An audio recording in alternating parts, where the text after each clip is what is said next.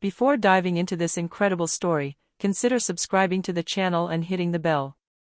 Every story here has something to say, and you won't want to miss a single one.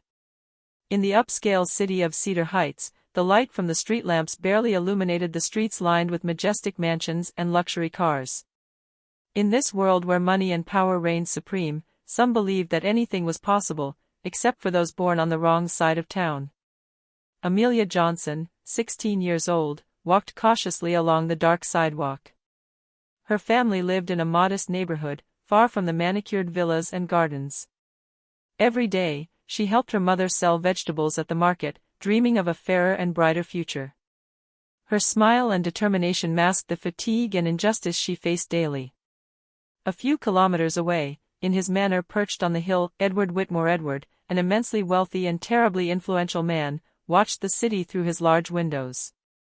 His eyes, cold and calculating, scanned the streets as if searching for something, or someone. Obsessed with control and purity in his world, Edward had long harbored a visceral contempt for the poor, and even more so for black people. That evening, chance, orchestrated by his malice, put Amelia in his path. Her destiny was about to change forever. The young girl was unaware that, behind the glittering lights of the city, a dangerous shadow was preparing her abduction. And so began a night that would test Amelia's courage, intelligence, and fortitude. The Cedar Heights market was bustling as it was every evening, even as the sun sank behind the hills. Amelia pushed her cart laden with vegetables, exchanging a few words with the regular customers. Her mother, tired but proud, watched from their small stand. Nothing suggested that this evening would change Amelia's life forever. As she crossed a deserted alley to get home faster, a black car suddenly pulled up a few meters away. Before she could react, several men dressed in black got out and grabbed her. Amelia screamed, kicking and struggling with all the strength her fear could muster, but her efforts were in vain. "Calm down, this will pass soon," one of the men whispered coldly as they led him to the car.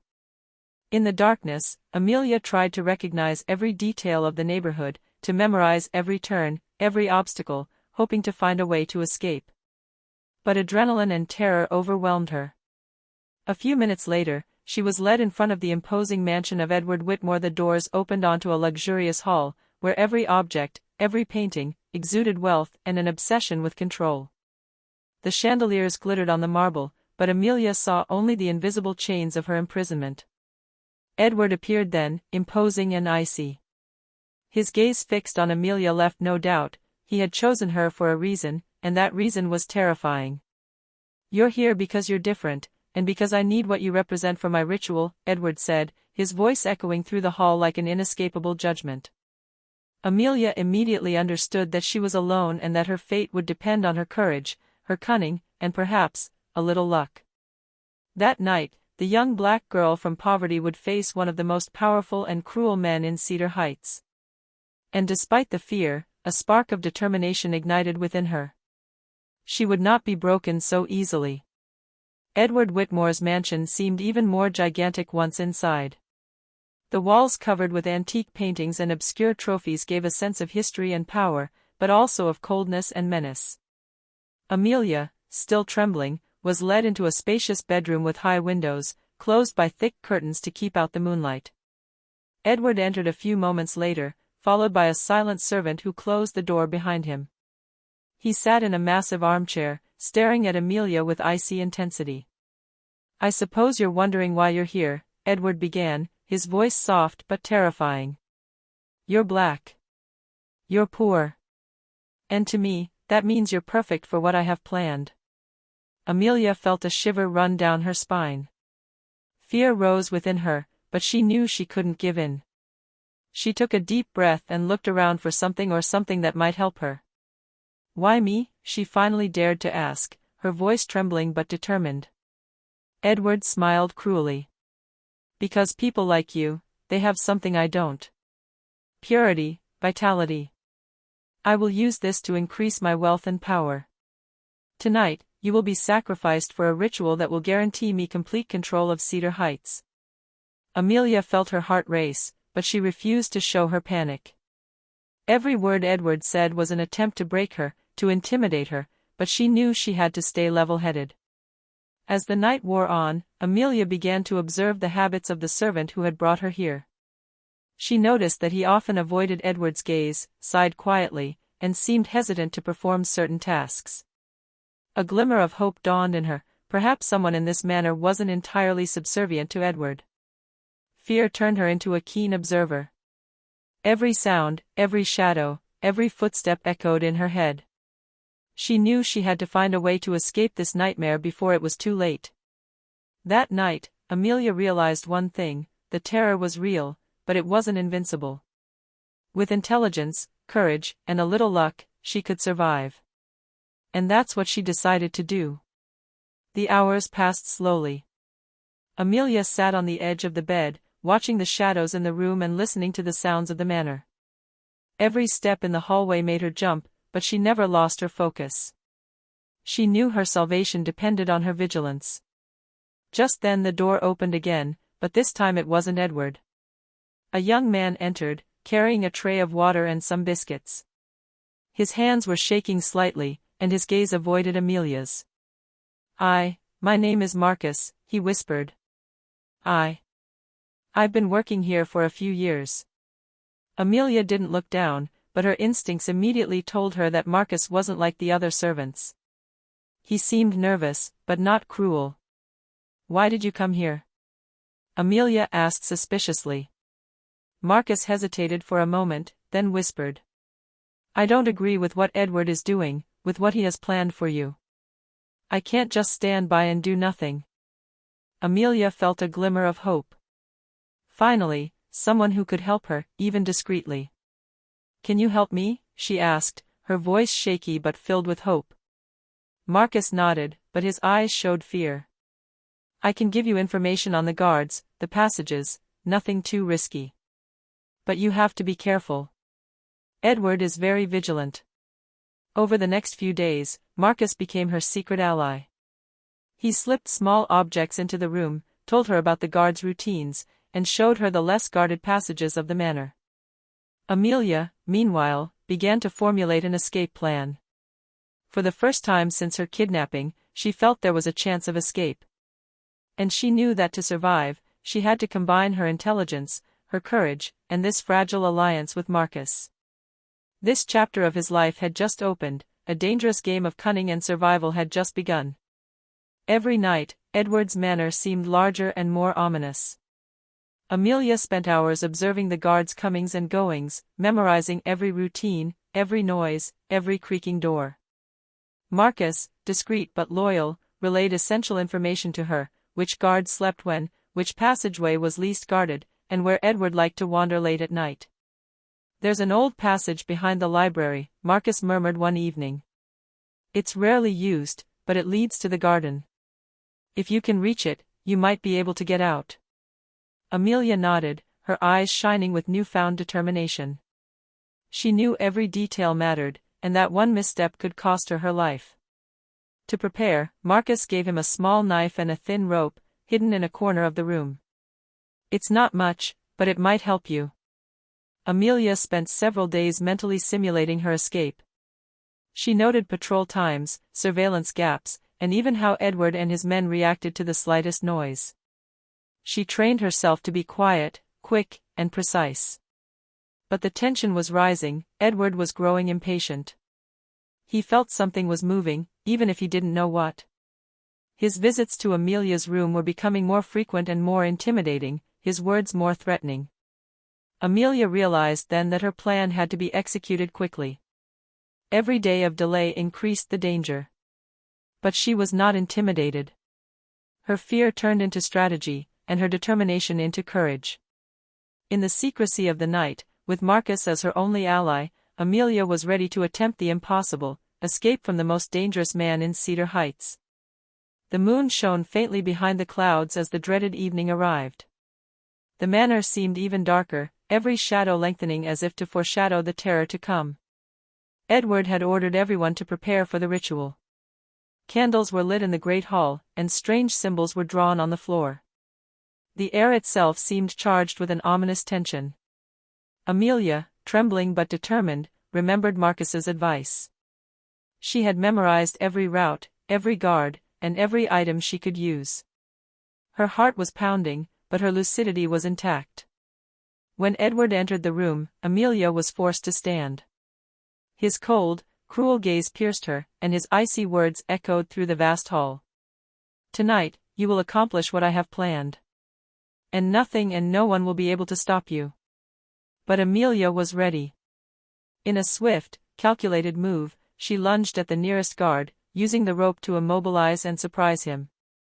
Marcus, who had managed to sneak past, incapacitated a second guard and handed him a small knife. Together, they created an opening for escape. Chaos erupted.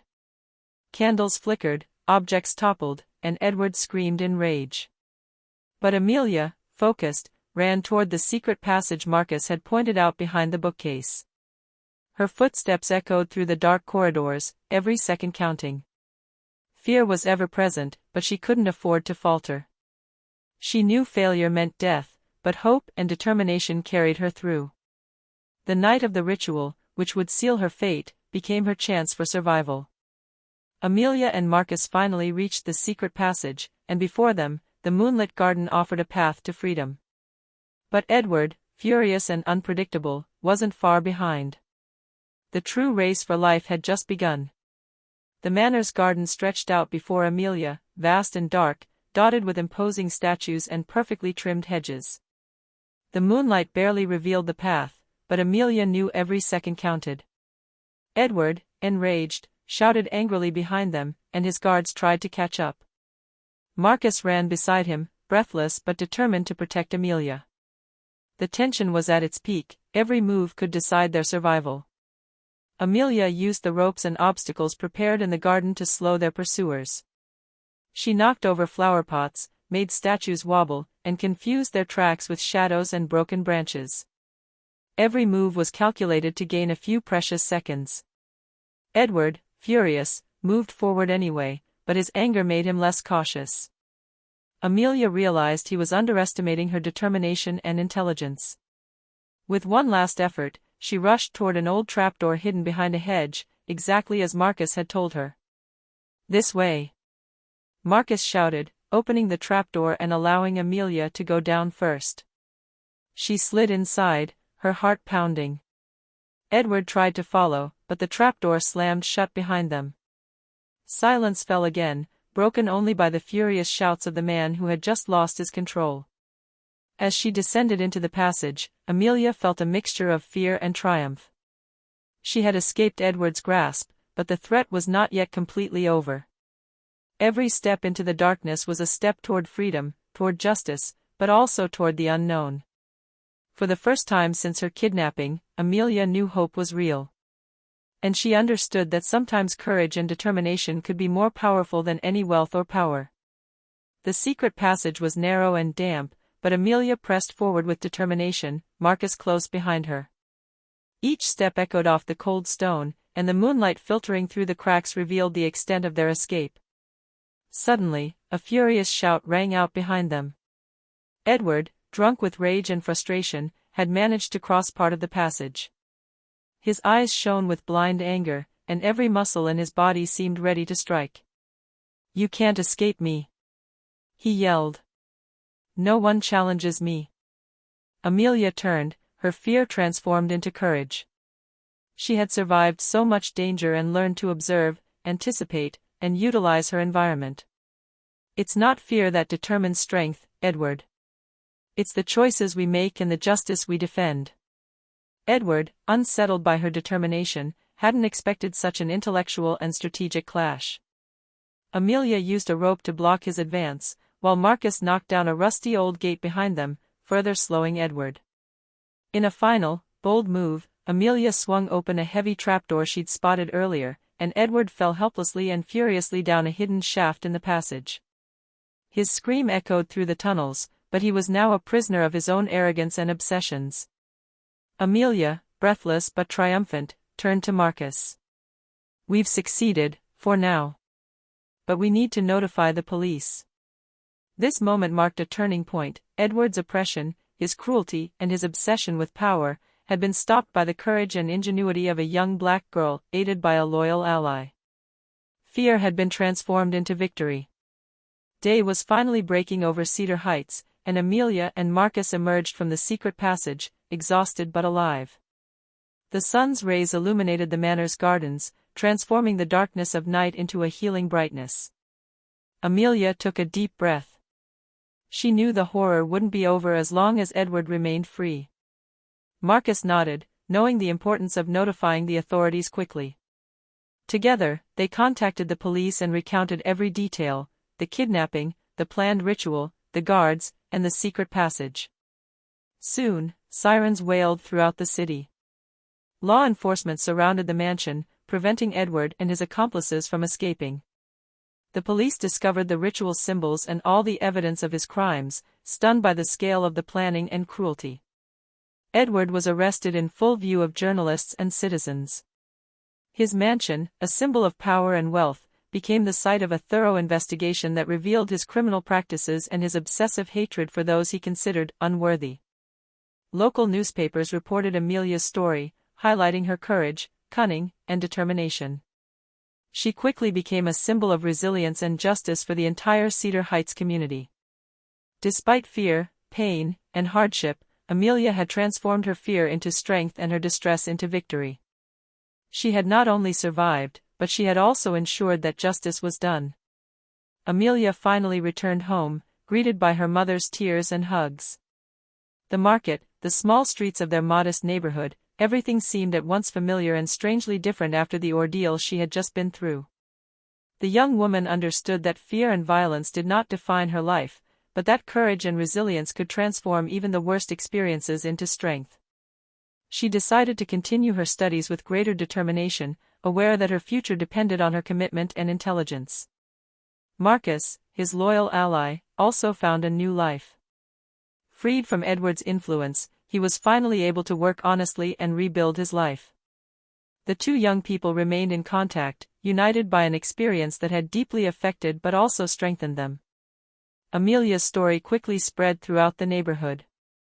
She became a living symbol of courage and dignity, inspiring residents to believe that even in the face of injustice and oppression, determination and solidarity could change destiny. As Amelia rebuilt her life, she realized that her role was not just to survive, but to transform her experience into an example of strength and justice for others. Her trauma gradually became a powerful force to help her community and defend those who, like her, had been victims of cruelty and injustice. Edward Whitmore, once the absolute master of power and wealth in Cedar Heights, now found himself alone in his cell. The cold, damp walls echoed with the sounds of his anger and frustration.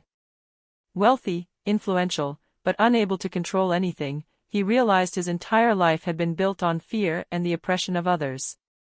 Meanwhile, Amelia continued to grow and flourish.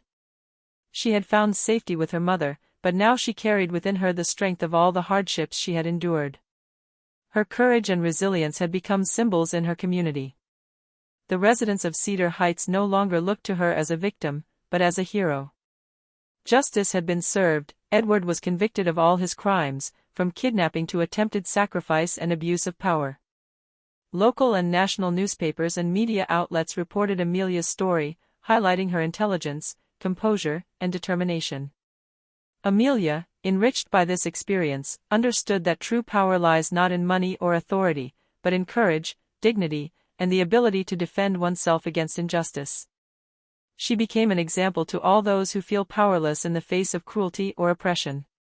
As for Edward, despite his wealth, he remained alone and powerless, a prisoner not only of the law but of his own arrogance. His world collapsed around him, and he realized too late that oppression and hatred can never triumph over justice and courage. Thus ended the story of Amelia, a poor but determined black girl who faced the most powerful of men and turned fear into victory. A universal lesson resonated throughout Cedar Heights and beyond: strength of soul is worth more than all riches, and courage can overcome even the cruelest.